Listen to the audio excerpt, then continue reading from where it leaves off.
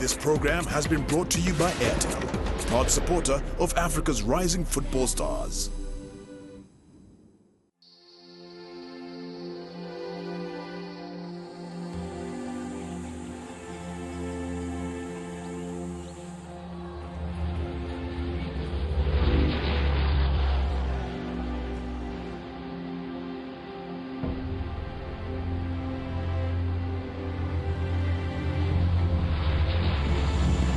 Airtel Rising Stars, one of the greatest tournaments in Africa.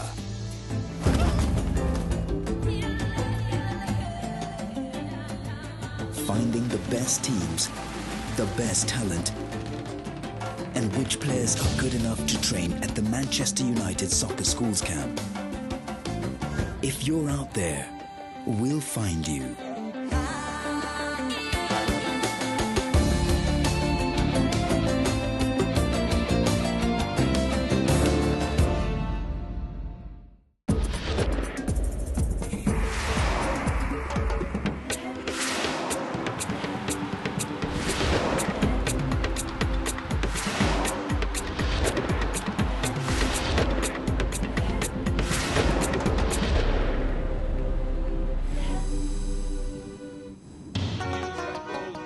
Hi, and welcome to Airtel Football. This week, we take a close look at the ups and downs of football in Kenya. When Sam Nyamweya was declared the chairman-elect of Kenya Football after winning the keenly contested national elections in October 2011, there was an air of hope about the future of national football. Finally, some stability in the Harambee Stars camp. And immediately after being elected into office, the new Football Kenya Federation leaders fired coach Zedekiah Otieno and placed one of Kenya's favorite sons to the post. Francis Kimanzi had returned. It was a step in the right direction for Nyamweya, so much so that he boasted openly on social media that Kimanzi would lead Kenya to Brazil in 2014. We have decided to appoint Mr. Kimanzi as our national coach so that we take the national team very, very seriously. Mr. Kimanzi, as you know, has been a coach before, is very well respected, and we believe strongly that he will deliver to the Kenyans. We have agreed with KPL that we will give Mr. Kimanzi maximum support. For when you face a situation in Kenya, when you become the head coach of the national team, you are confronted with a situation whereby that you have to set some structures that are non-existing in the national team. And I had a vision 4 years ago to do that, and the only way I would have started that is that I try to do it from the top, which of course is not the best, but you have to do it from the position and depending on the objectives at that particular moment. Yeah, people might say, people might say that whenever you're coming from a place, always going back there and doing the same thing might be challenging. But I believe if you had already a sound vision, a vision that was tested and proven, it brought some results, I think there's always a chance to go back. And for this time, I have another vision, a continuation of where I left from. The only undoing is that there's a lot of change. Within 4 to 5 years, there's a lot of evolution in the game. And also there's also a lot of change in talent development, lose or gain in talent. And at the moment, that's the challenge that I'm faced with. I want the expectations of Kenyans to come second, because I want my expectations to be first, because I expect a lot as a coach. And I believe when the team beats my expectation, no Kenyan will doubt. So they have to beat my expectation first, because my expectation is far much higher than what Kenyans also expect. Why? Because I was there before, and I set my own target. So I have to work very hard to fight against and make sure that I break my own record. So always fighting against yourself is not easy. So that means I have to work more harder than I did last time to make sure at least I make a step further. If I make a step further from where I stopped last time, I believe that is development on my side. And Kenyans would be happy and would appreciate.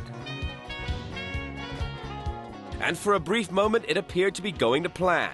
The Harambee Stars kicked off their World Cup campaign in style. despite being seeded as one of the lowest-ranked sides on the continent and being subjected to a preliminary round of matches against the Seychelles, both home and away.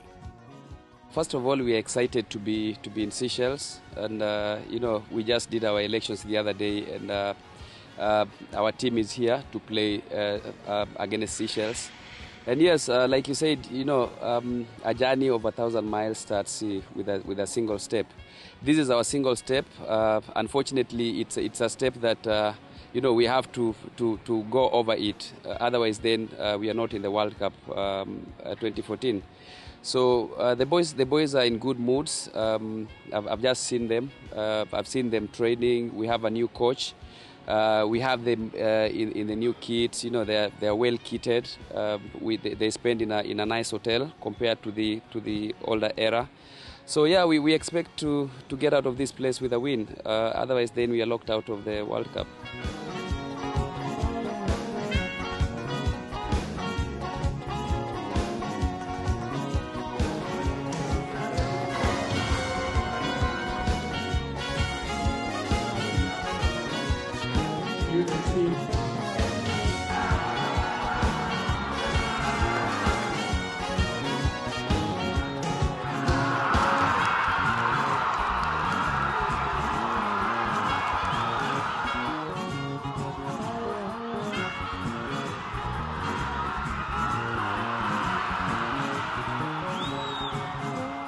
Kenya managed a 3-0 win at Stade Linnit in the Seychelles. It was their first away win in a World Cup qualifier since 1998. And in the return leg in Nairobi, Kenya battered their opponents yet again with a 4-0 victory. A goal from Brian Mandela, who headed home a Titus Mulama cross before captain Dennis Oliech notched the second and his 15th international goal. Titus Mulama scored the third, and Victor Wanyama sealed the thrashing as he netted the fourth and final.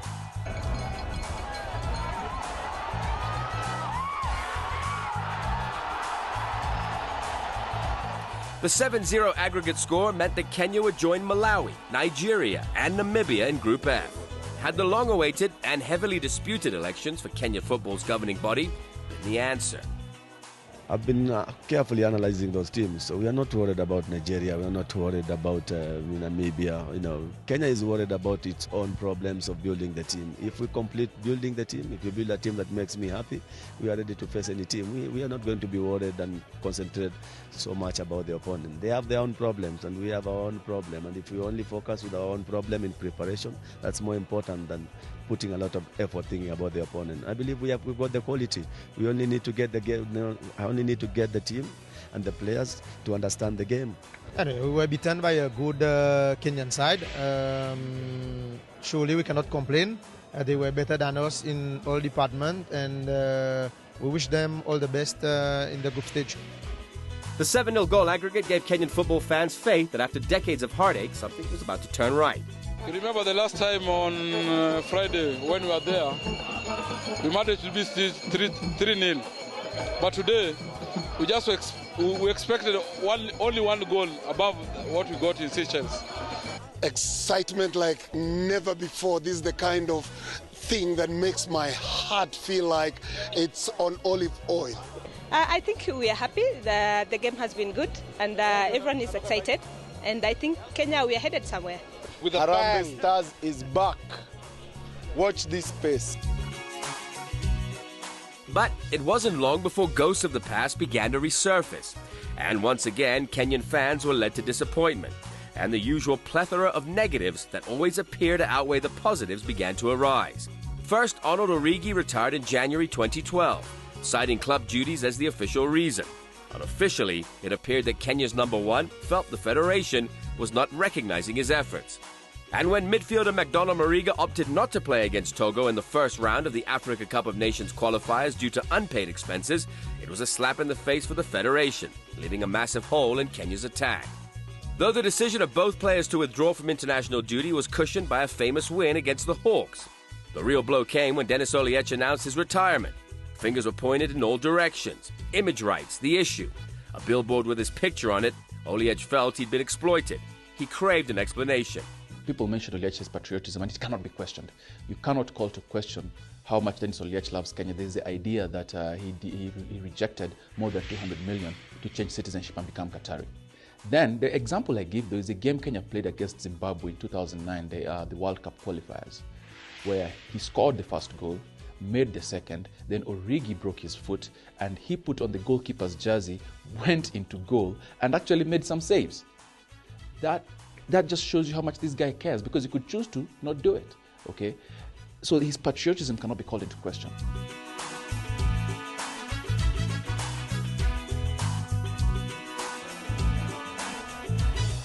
But forever the Patriot, Oliech rescinded his decision and decided to play against Togo. Despite the earlier setback, Kenya won 2-1 with goals from James Situma and Alan Wanga.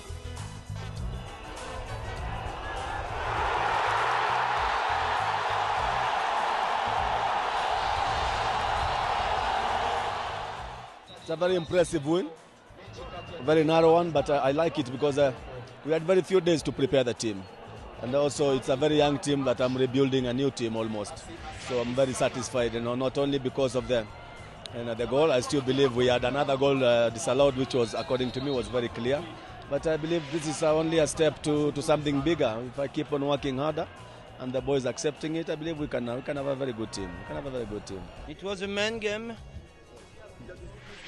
The two teams they play a good game. And I'm not happy because we lost for 1 fault in my defender, but the fault is possible, and we prepared the back in Togo.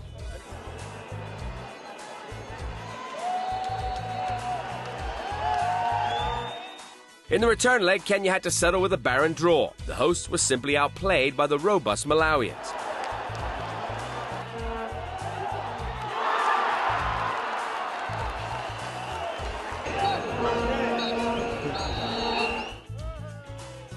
The good thing is that it is not a knockout basis. It's a league basis. We still have to. They also they must play us away, and we might even get more organized and also improve more. I think we prepared well. We played some few friendly games, and you can see the boys the way they play. They play like a unit. They're young, but they're still playing like a unit, and I'm sure you have enjoyed the game. Remaining hopeful, Kimanzi made 5 crucial changes to his squad ahead of the Namibia tie, introducing Dennis Nzomo, Joseph Shikakoti, Arnold Origi, Kevin Ochieng, and Collins Okot.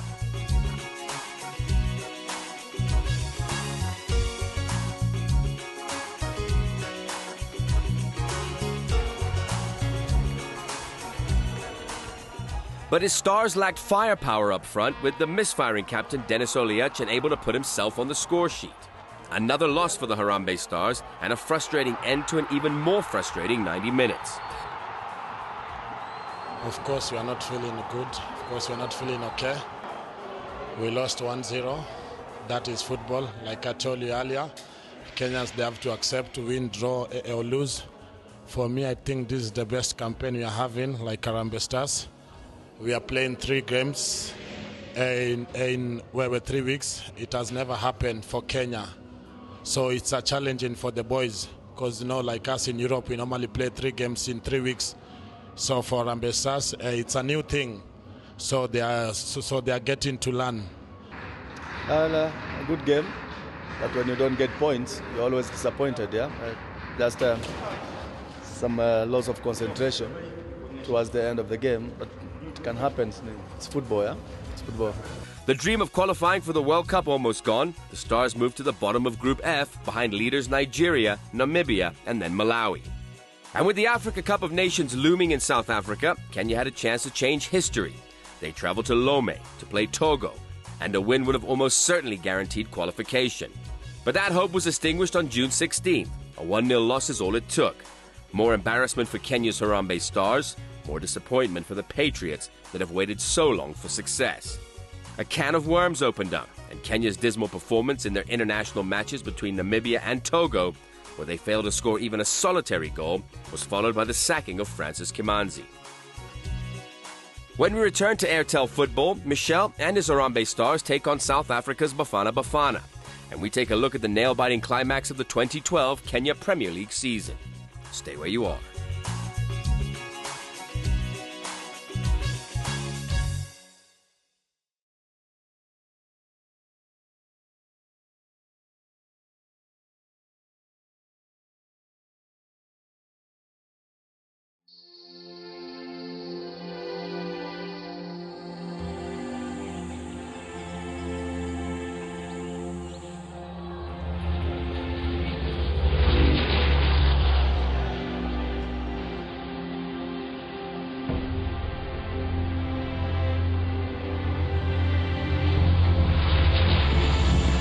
Airtel Rising Stars, one of the greatest tournaments in Africa.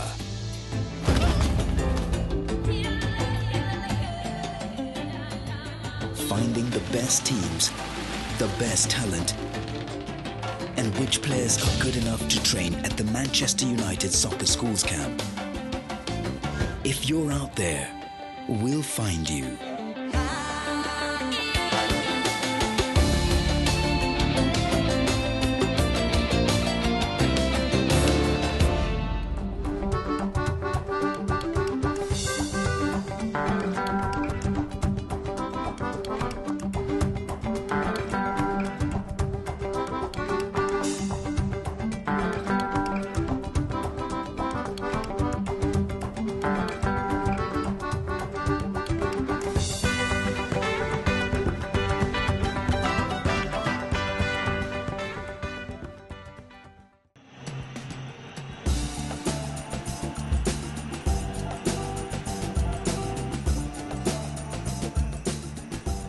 Welcome back to Airtel Football.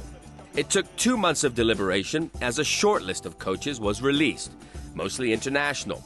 The list included Belgian Ton Saint-Fiet, Algerian Adel Amrouche, former coach of France's Les Bleus Raymond Domenech, and his countryman Henri Michel, whose CV reads like a who's who of African football, with previous stints with the Tunisian, Moroccan and Ivorian national teams. The federation settled on Michel. Some felt that language would be a problem, but regardless, he was their choice.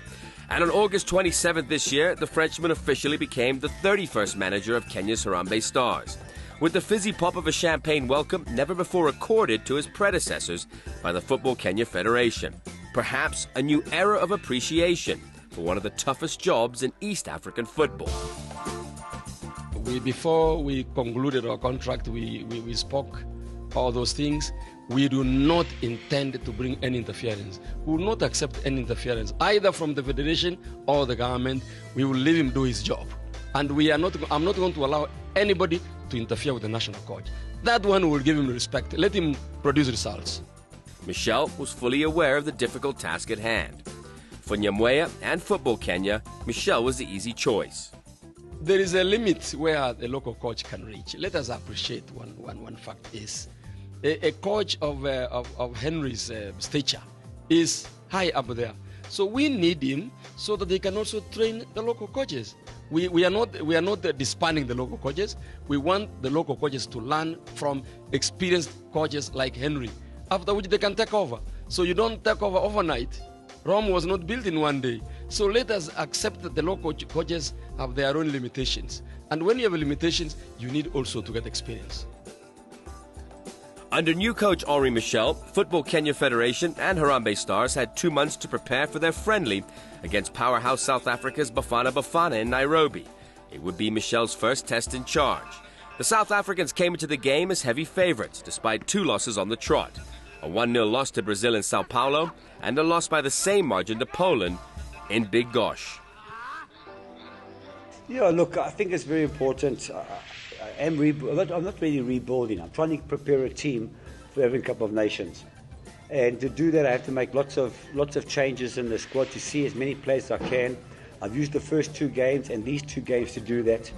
And then after this game against Kenya, I'll have a more and a much better idea of the bulk of the team.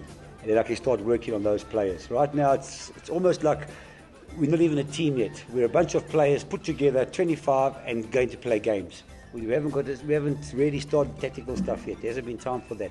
So what I'm really doing now is, I won't say I'm rebuilding, but I'm trying to select the squad for the African Cup of Nations. Well, we'll know tomorrow, you know, with Michelle Henry coming in now. Obviously, we've seen your DVDs of previous games and things like that, but I'm sure there's lots of changes. You know, new coach, his first game. So there's going to be lots of changes in this side. So I can give you my opinion after the game. For Henri Michel, it was a chance to either make or break his relationship with Kenya's football faithful. But it was Bafana Bafana who had come away winners, 2-1 the final score. But some real positives for Michel and his Harambee Stars. There was a genuine fluidity in the way the Kenyans played, managing to string passes together and move well with and without the ball. Had it not been for a Christopher Wakesa own goal, the friendly would have most likely ended 1-1, following a Tokelo Ranti 19th minute strike and a Dennis Oliet spot kick in the second half. From Lerato Shabangu giving Bafana Bafana the 1-0 advantage. The stadium went absolutely silent after that. Yeah, of course I'll take, you know, very difficult circumstances, but you know what, I was a little bit disappointed with the goal we conceded. I told the players, you know, when you come to these kind of conditions, you need to play the percentage game. And we made 3 errors for the equaliser. You know, the first was played to Siyabonga, the ball under his foot. Then KG got the ball, tried to dribble. We should just drop the ball in the channel, get it out the way, start again. But you know what, I've got to compliment the boys. They played well, they worked hard, the commitment, the attitude, first to the ball, the tackles. So it's always nice to win. Lots of work to be done still, but you know, we will get there. And hopefully after this game now, I can start really focusing on closer to the squad that I'm looking at. For me, I think they did a good game. You know, like we're playing with the experienced team like South Africa. It's not easy. The boys, I think, because we have some new players, we have a new coach. It's the first game, and the coach told us no matter lose or win, I'm trying players. Coach doesn't know players. That's why we had to play this game so that he can change players. So for me, I love to thank the boys, everything, with the sponsor, Tusker, everyone.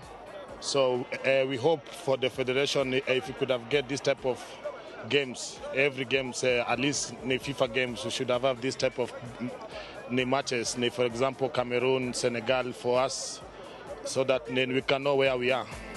One of Kenya's most impressive players on the day was Tusker FC's Peter Opio.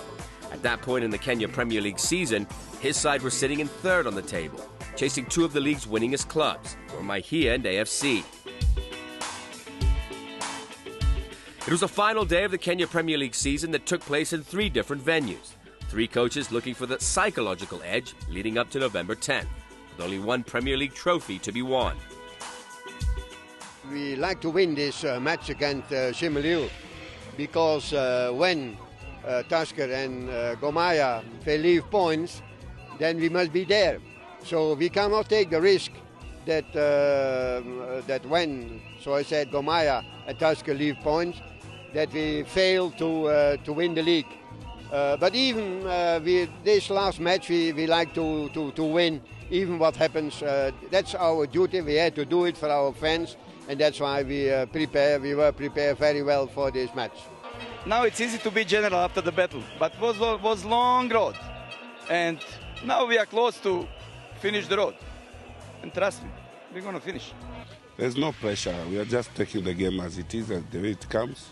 And we know it's the last day. Everybody must be in a relaxed mind, must be composed and ready to fight. What was bitter disappointment for AFC in their 1-1 tie with Chemelo Sugar in Owendo turned into tears and disbelief for Gor Mahia fans and players at the Nairobi City Stadium as the mighty Kogalo was simply unable to break down the Thika defense.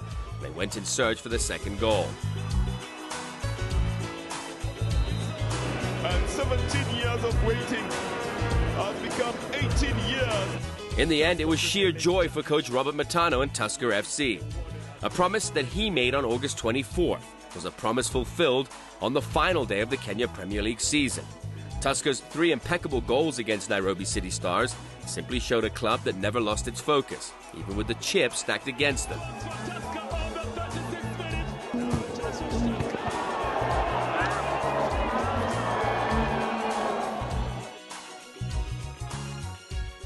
I'm very excited. I can tell you, just my nature. I don't boost my around, but I'm very happy because nobody knew. But I said that 90 minutes is a lot in football game. So when Gor Mahia came up and overtook us, I took it easy. I think it is, and I knew we were going to win. Congratulations to the 2012 Kenya Premier League champions, Tusker FC. That's all the time we have for this edition of Airtel Football. Thanks for watching, and see you next week.